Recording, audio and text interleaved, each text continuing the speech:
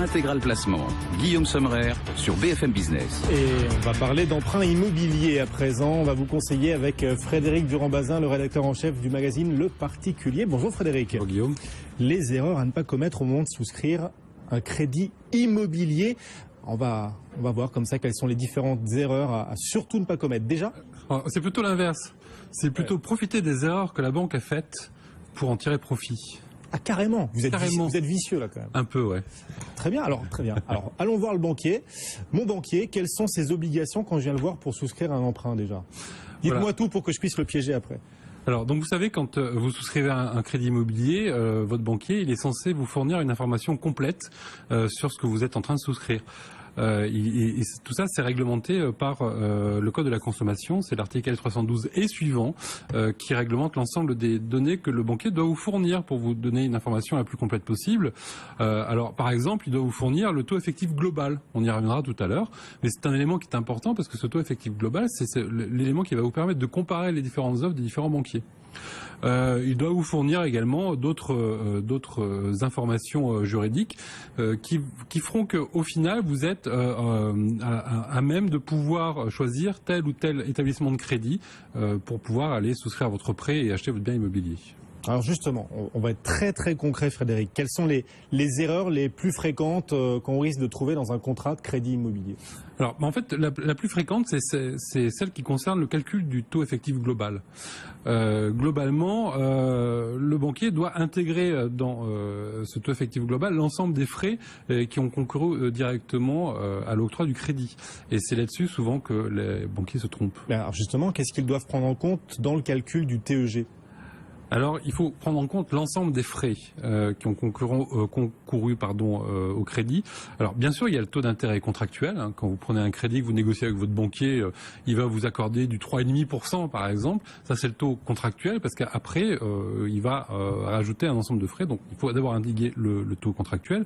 Les frais d'assurance. Quand vous souscrivez un crédit immobilier, les assurances sont obligatoires. Enfin, en tout cas, invalidité, décès, ça c'est obligatoire. Donc, il faut l'inscrire. Si vous la souscrivez auprès de votre banquier, il doit nécessairement le mettre. Si vous la souscrivez auprès d'un autre assureur, vous savez, dans le cadre de la délégation d'assurance, il ne devra l'indiquer que pour autant qu'il en a connaissance. Bon, ceci dit, la plupart du temps, il en a forcément connaissance parce qu'il vous demande le contrat. Il faudra qu'il intègre aussi les frais de dossier. Il faudra qu'il intègre les frais de garantie, donc l'hypothèque, le privilège de prêteur de deniers, la caution mutualiste, enfin tout ce qu'il va vous demander pour garantir votre prêt, ainsi que les frais annexes. Donc si vous passez par un courtier en crédit, par exemple, il faudra intégrer les frais du courtier. Si vous passez par une banque mutualiste, il faudra intégrer les frais d'acquisition de parts sociales.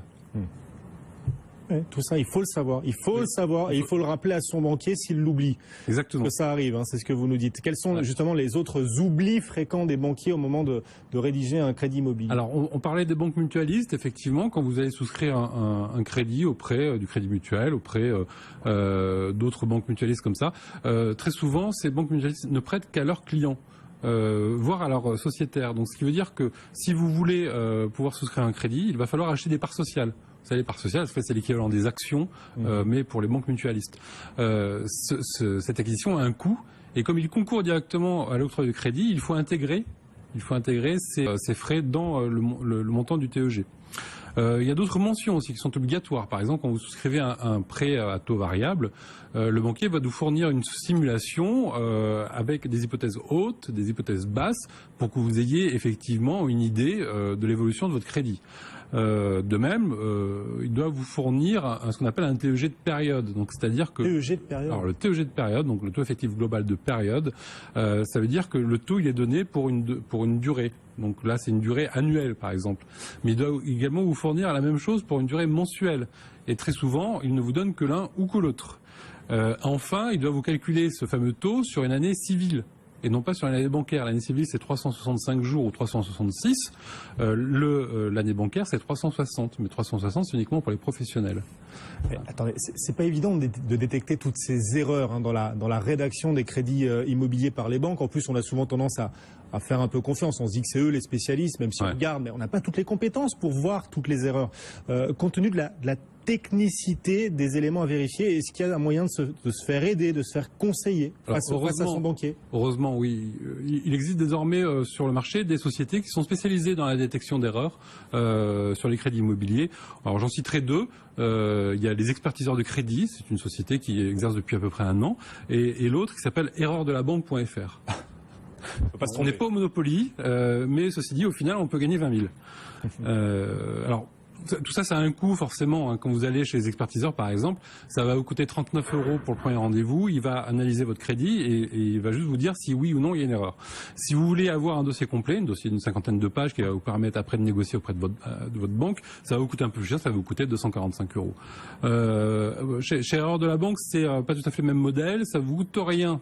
Dans un premier temps, donc ils font une expertise gratuite de votre crédit immobilier et ensuite ils vont se rémunérer sur les montants des sommes que vous allez récupérer auprès de votre banquier. Et là je me permets de faire, c'est même pas une parenthèse, c'est même le nœud de cette affaire-là, c'est que pourquoi est-ce qu'on s'échine comme ça à trouver des erreurs dans son crédit immobilier? On l'a pas dit, mais c'est fondamental. Sachez que si jamais il y a une erreur dans votre crédit immobilier, vous êtes fondé à demander à la banque à ce qu'elle substitue au taux contractuel le taux légal. Ça, c'est la punition ultime. Le taux contractuel aujourd'hui, on va dire, c'est entre 3,5 et 4%, pour avoir une fourchette large. Le taux de l'intérêt légal aujourd'hui, c'est 0,04%. Wow. Ça veut dire qu'au final, un crédit d'environ 15 ans sur 300 000 € pour dire quelque chose, les économies peuvent porter sur plus de 50 000 €. Donc vous voyez tout de suite les enjeux. Ouais, non, là c'est des vies qui basculent. Ah, c'est une vie qui bascule. Est-ce que je peux contester la validité d'un prêt immobilier que j'ai souscrit il y a 10 ans par exemple? Alors, légalement, vous avez normalement 5 ans pour contester la validité de votre crédit immobilier. Mais attention, c'est là toute la subtilité et c'est l'article 1304 du Code civil qui le précise. On ne prend pas en compte la date de souscription du crédit, mais le moment où vous avez découvert l'erreur. Donc, ce qui veut dire que si aujourd'hui vous allez chez votre banque, chez votre société d'expertise ou une association de consommateurs spécialisée et que vous leur apportez le crédit, votre prêt qui détecte l'erreur, le point de départ il est maintenant. Donc ça veut dire que votre prêt, même si vous l'avez souscrit il y a 10 ans, vous pouvez aujourd'hui le contester. D'accord. Et en pratique, comment est-ce que je peux agir si mon contrat comporte des erreurs? Je vais voir qui. Alors première chose, bien entendu, vous allez voir votre banquier, vous essayez de négocier avec lui. Alors vous n'allez pas forcément négocier la substitution de l'intérêt légal. Vous allez négocier des éléments qui vous intéressent. Donc par exemple, vous allez négocier la suppression par exemple des indemnités pour rupture anticipée du contrat. Si jamais vous voulez revendre votre bien et en racheter un autre. Ou alors, si vous allez effectivement souhaiter acheter un autre bien à crédit, négocier un taux préférentiel pour le prochain crédit.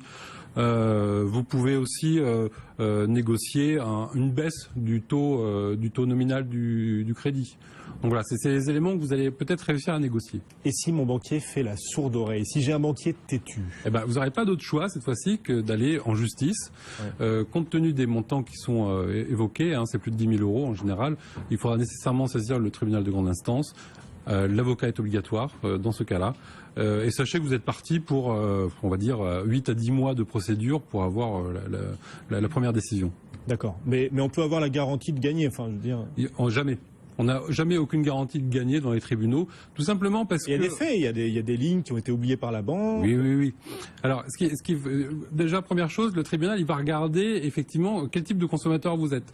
Si vous êtes un consommateur dit averti, donc par exemple, vous êtes un juriste, vous êtes comptable, vous êtes banquier vous-même, donc vous êtes techniquement à même de pouvoir détecter les erreurs tout seul dans votre contrat, on ne va pas retenir la date de révélation de l'erreur, mais on va retenir cette fois la date de souscription du contrat. Donc pour les contrats qui ont plus de 5 ans, ils seront prescrits. Il y a 2 poids 2 mesures quand même. Il y a effectivement les gens qui ont les capacités professionnelles de détecter les erreurs et ceux qui ne l'ont pas. Voilà. Donc il y a une protection du consommateur supplémentaire. Bon à savoir. Eh bien voilà. Merci Frédéric pour tous ces conseils. Voilà, vous pouvez vous retourner, vérifier votre crédit immobilier, votre contrat de crédit immobilier, vérifier que la banque n'a rien oublié et vous savez que vous pouvez agir contre elle et obtenir votre crédit au taux légal de combien 0,04 aujourd'hui. Incroyable. Renégocier, non même pas renégocier, imposer à votre banque de faire passer votre taux de crédit à 0,04% si elle a commis une erreur dans la rédaction de votre crédit immobilier. Merci beaucoup. Frédéric Durand-Bazin, le magazine Le Particulier.